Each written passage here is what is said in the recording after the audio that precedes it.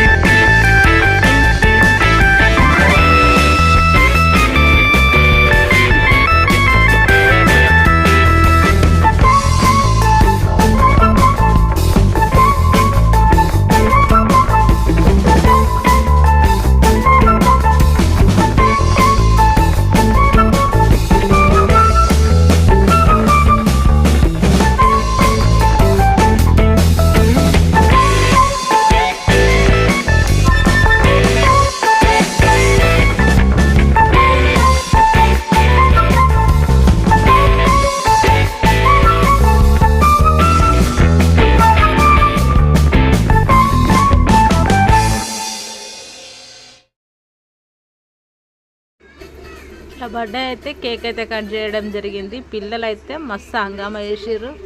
ఇంకా చాలామంది పిల్లలకు క్యాప్స్ అవి సరిపోలేదు, కానీ భలే హ్యాపీగా అనిపించింది. ఎందుకంటే ఇట్లాంటి చిన్న పిల్లలతో బర్త్డే పార్టీ చేసుకోవాలంటే ఇట్లా చిన్న పిల్లలతోనే చేసుకోవాలి. సో ఈ పిల్లలతో ఇంకా మస్తు జాయ్ఫుల్గా అనిపించింది. అండ్ పిల్లలు కూడా చాలా హ్యాపీగా ఫీల్ అయినారు.